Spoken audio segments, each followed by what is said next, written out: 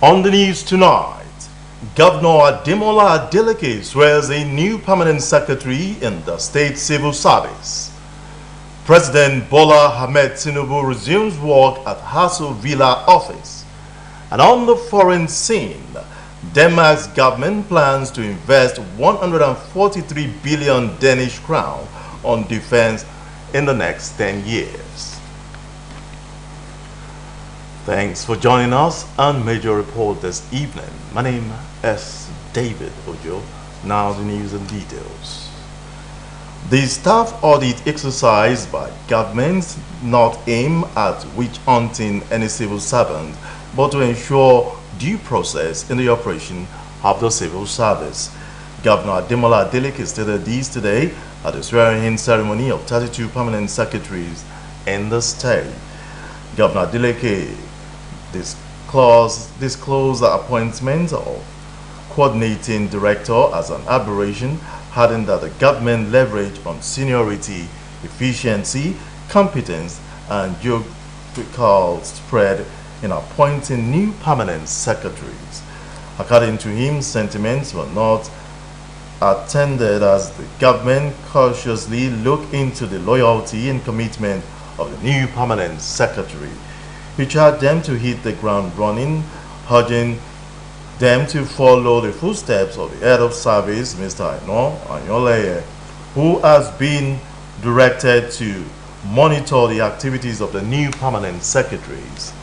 The governor said he deliberately gave the status of Osbc Director General the status of permanent secretary to ensure more service delivery.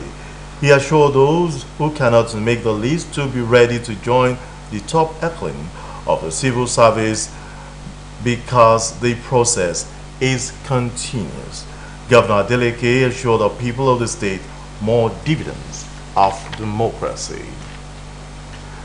Barely 24 hours after inauguration, President Bola Tinubu has arrived at his office at the Aso Rock, Abuja.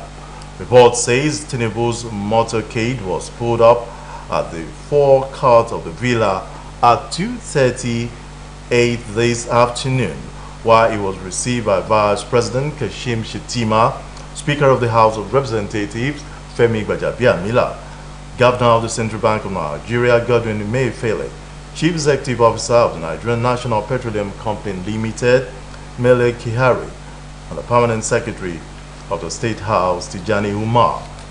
Information also gathered that after Tinubu's first meeting today, the presidency is expected to announce key principal offices of the new administration, including its Chief of Staff, Secretary to the Government of the Federation, National Security Advisor, and spokesperson.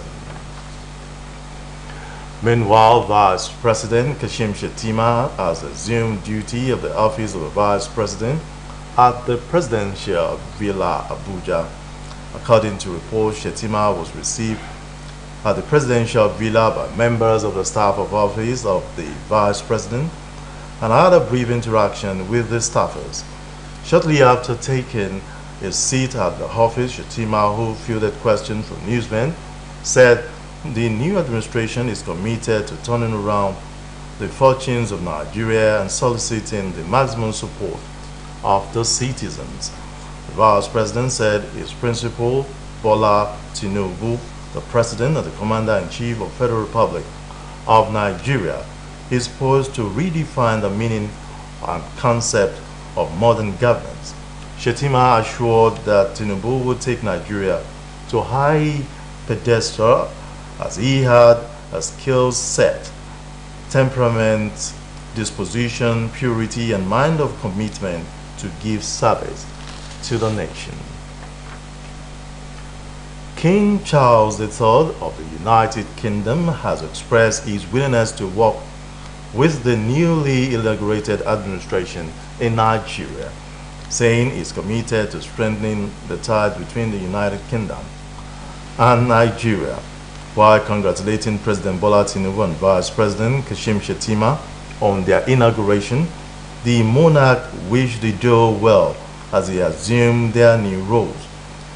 In a statement, King Charles III said he looked forward to building a stronger bilateral ties between the UK and Nigeria.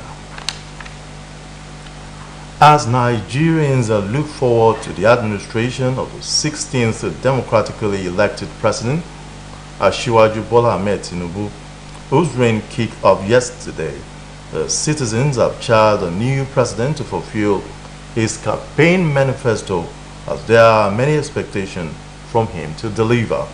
Those who spoke made the call while speaking on the expectation from the newly inaugurated president, Asiwaju Bola Ahmed Tinubu. Oluwatobiloba Odinuga has the details.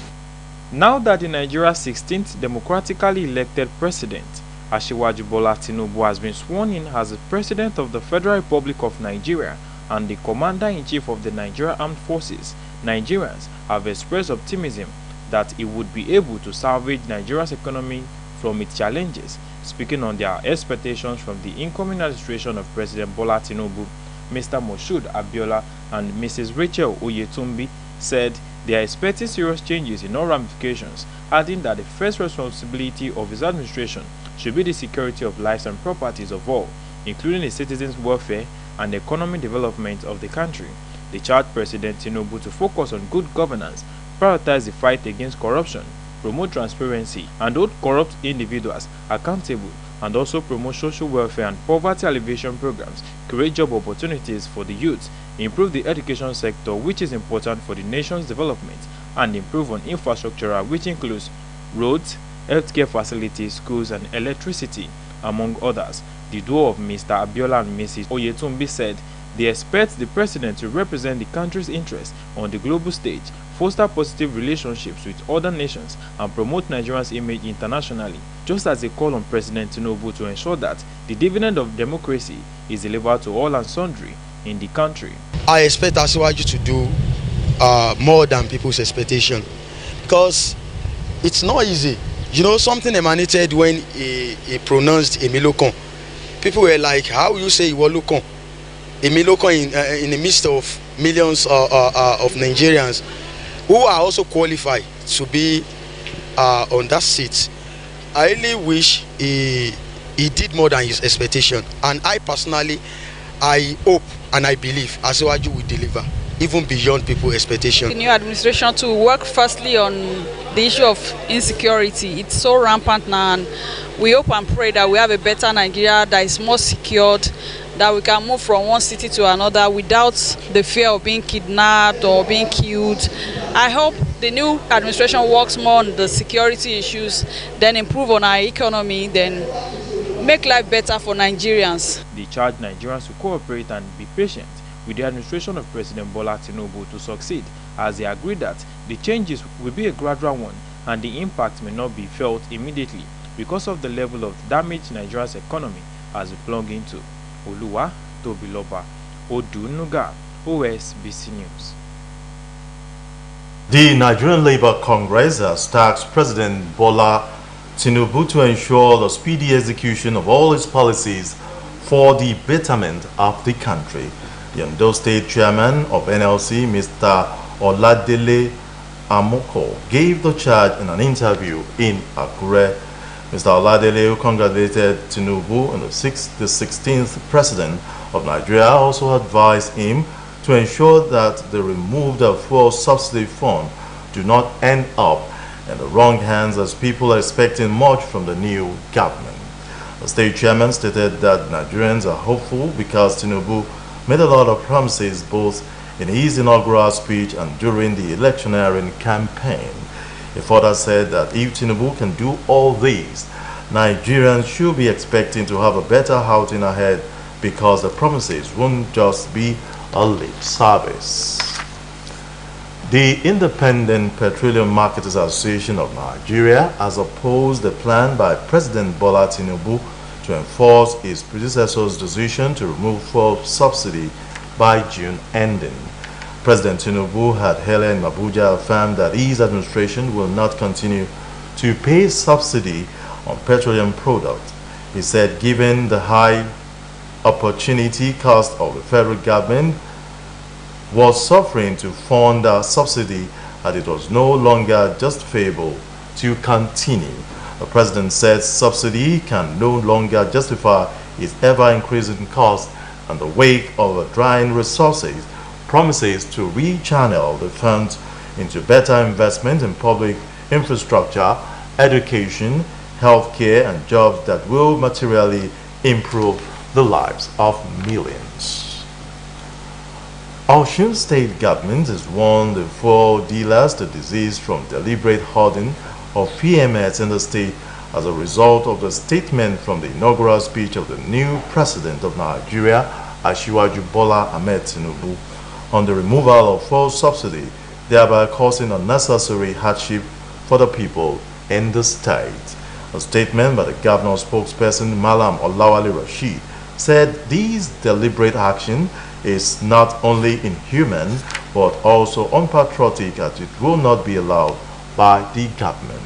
He said a special monitoring team on the fuel scarcity set up by Governor Ademola Adeleke, headed by the Chief of Staff, Honorable Kazim Akinleye, is still effective and shall not condone any form of economic sabotage. According to him, from today the committee shall begin special monitoring of all the filling stations across the state in collaboration with law enforcement agency and other stakeholders, noting that any fuel station found guilty of hoarding fuel to create artificial scarcity shall be sealed off and operators prosecuted for crime of economic sabotage. Fuel removal by President Bola Tinubu has been described as a good step in wrong direction taken to fight corruption in petroleum industry. A former member of the House of Representatives, Honorable Dr. Debo Ainde, who dropped the hint shortly after featuring on Osbc Current Affairs program Newsmaker, credited President Tinubu for planning the diversity electricity facility by including state in the production of the essential commodities. Because the person that made a speech and policy program for that matter knows how to implement all those things. But what I can say is that he needs more consultation and he needs people's cooperation, most especially those that will work with him directly, not only at the executive arm of government alone, even at the legislative arm, because most of these things need to go to the National Assembly in form of bill, and if the National Assembly is not in tandem with what Mr. President has in mind, then there might be little hiccups. But I'm very sure since APC is controlling the House, their majority, that one should not be major problem for them. But notwithstanding, you still need to carry them along. And by carrying the National Assembly along, then you are carrying the whole country along. According to him, security is point of the scheme prioritized in the presidential speech, which should be tackled headlong not only with guns, but also through technological advancement. He speaks further. Some people believe it shouldn't be now, while some say it should be now. I argue with somebody this morning. So that person said it should be now, because if he fails to mention it yesterday, probably he might not be able to do it again. Well, it is understandable, but before you make a pronouncement, you should be able to, especially something that affects everybody in this country, and that's why we need to mention that subsidy is gone. This is the replacement. This is how it will work.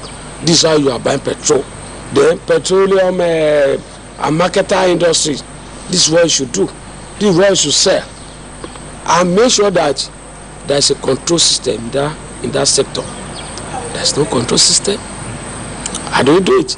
People are now selling at their own will. So that's affecting people. Security in this country, you know, kidnapping is going on everywhere. Banditry everywhere.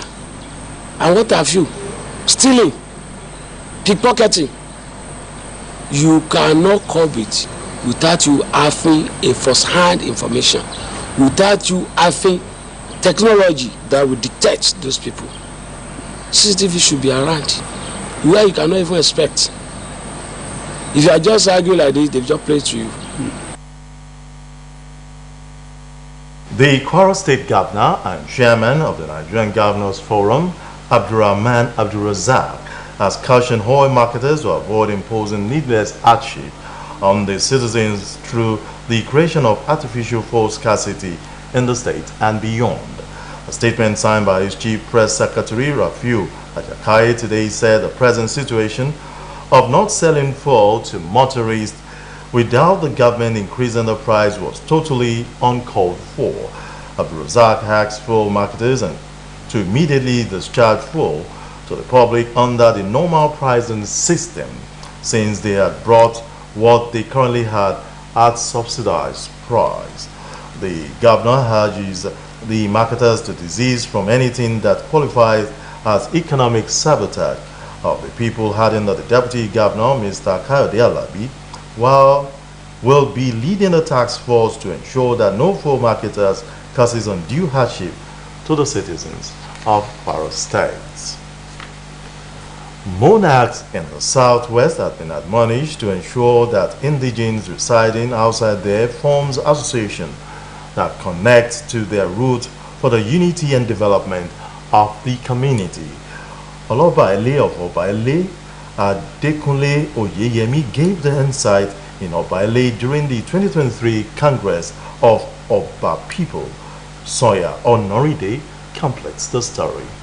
Members of Obaile, Oloba Obedu, Descendants Association in his palace, Olobaile of Obaile, Oba Adekunle Oyeyemi, noted that it is imperative for any monarch in the southwest to ensure that periodic meetings are organized by indigents in discussing peace, unity, and progress of the community, stressing that efforts should be constantly fine-tuned in guiding the youth towards contributing positively to the development of their town. Oba Oyeyemi said that it is significant for indigents residing outside the town to connect to their roots, describing it as a symbolic difference between Africa and the West, where individuals were not concerned about reconnecting to their roots. It is important to connect to the roots. One is incomplete if you are not connected to your roots. And that is one significant difference between the African people and the European American people. It's not only because of race. Race is minor thing. The most significant thing is that the black people have roots and almost always are connected to their roots. In his remark, the chairman of Obaile, Oloba Obedu, Descendants Association, Alhaji Abdulrasaq Balogun, who congratulated Governor Ademola Adeleke on his victory at the Supreme Court, appealed for assistance towards the development of Obaile as well as the entire Olounda local government area of Osun State, just as he expressed optimism that the administration of Asiwaju Bola Ahmed Tinubu would facilitate accelerated developments not only in Obaile and Olounda local government area but Osun State at large. For the victory of Tinubu, I want to take this opportunity to send this message to him that we congratulate him. Then we congratulate Senator Nuruddin Jackson Ademola Adeleke for his victory as a governor of Osun State. But we want to advise them to give all the serious attention in Obaile. The forum, presided by Oba Adekunle Oyeyemi, afforded sons and daughters of Obaile from across the state to deliberate on issues bordering on unity and progress of Obaile. Sonia Onorinde reporting for Osbc News. Osun State High Court has found the popular hotel owner, Dr. Ramon Adedoyin, guilty in the murder case of Timothy Adegoke, a former master degree student of the Obafemi Awolowo University, Ile-Ife, whose death occurred between November 5 and 7, 2021 at Hilton Hotel, Ile-Ife. The Osun Chief Judge Adipele Ojo, while delivering her judgment on the case, held that the circumstantial evidence available to the court pointed to the killing of Adegoke while being a guest at the hotel owned by Adedoyin. According to her, Adedoyin's decision not to enter the witness box did not help him, as the circumstantial evidence has shifted a burden of proof on him.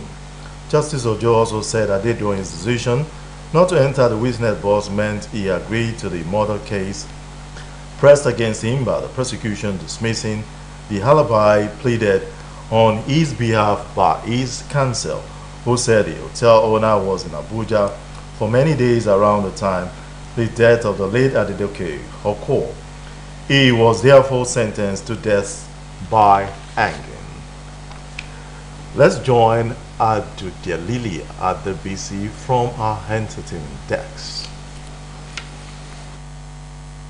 Fewer than 46 musicians, including Buju, Waje, Brino, Fireboy, KC, Asaketi, Maya, Pasuma, Naira Marley, Tony Tetula, and Seyi Vibes, among many other music industry heavyweights, thrill fans with electrifying performances at the renewed Hope concert in honor of President Bola Tinubu and his vice Kasim Shettima at the MQ Abiola National Stadium, Abuja. Following the inauguration ceremony, popular Nollywood actress Toyin Abraham has taken to the internet to brag as she storms the inauguration ceremony of President Bola Ahmed Tinubu. Taking to her Instagram page, she shared video of herself rocking the Asoebi for the occasion as she introduced herself with claims that she is different. However, Toyin boast came after numerous times bullying and insult she got from netizens for supporting President Bola Tinubu during the 2023 presidential election. Groups from different parts of Nigeria adorned themselves in beautifully made fabrics to add life to the event. Kemi Babalola, who was part of one of the Asoebi groups, said it was a sign of solidarity for the new president and the vice president. She said the dress code, which is common in the southern part of Nigeria, is an age-long practice that had reinvented itself over the years. Asoebi is a Yoruba word that connotes family cloth. It has, however, gone beyond being used by family members to friends and well-wishers, and it can be used during gatherings, including weddings and funerals. The practice, which is common among the Yoruba-speaking people in Nigeria, has gained prominence in other parts of the country. Asoebi can be made from very cheap fabrics or very expensive ones, depending on the class of persons, occasions, or place. Abdul Jalil at DBC Osbc News. Welcome to our sports segment.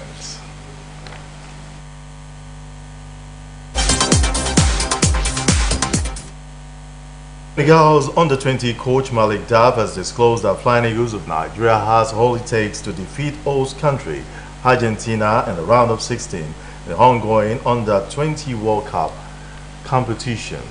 This report is presented from our studio.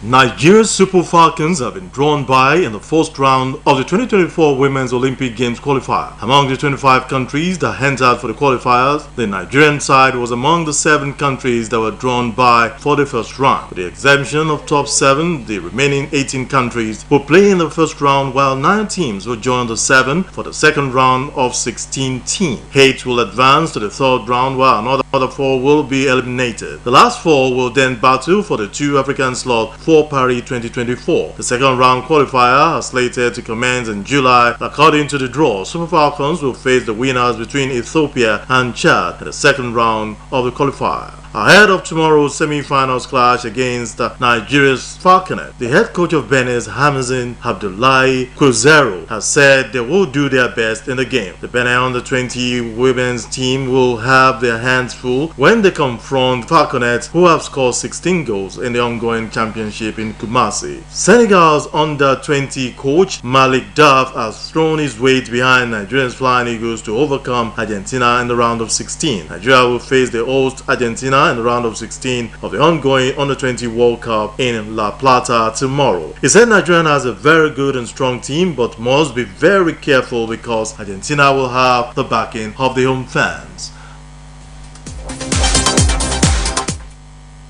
Let's join Olaumi Okolawon for us to foreign stories.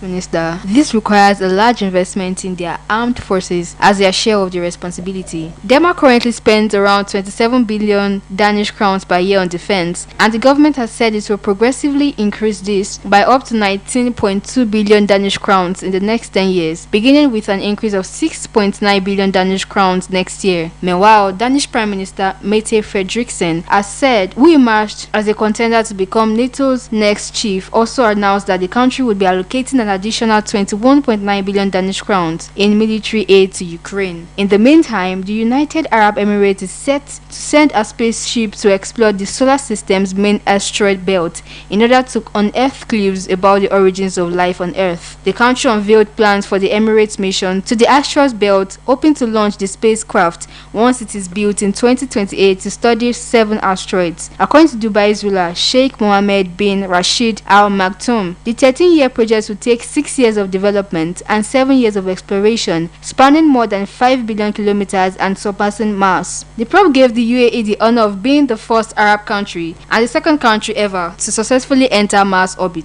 In another development, the North Atlantic Treaty Organization-led peacekeeping force in Kosovo has announced that the number of its troops injured in fierce clashes with ethnic Serbs has risen to 30. The Serbs had tried to take over the offices of one of the municipalities in northern Kosovo, where ethnic Albanian measures took up their post last week.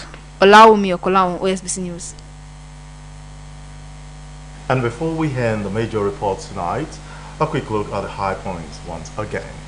President Bola Ahmed Tinubu is expected to announce key principal officers as he resumes office at Hazo Villa office.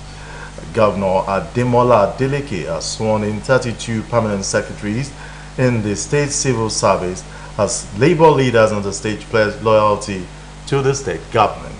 And on the foreign scene, we brought you a report that the acting defense minister, Tore Poulsen, has planned to invest 143 billion Danish crown on defense over the next 10 years to meet its military and security goals.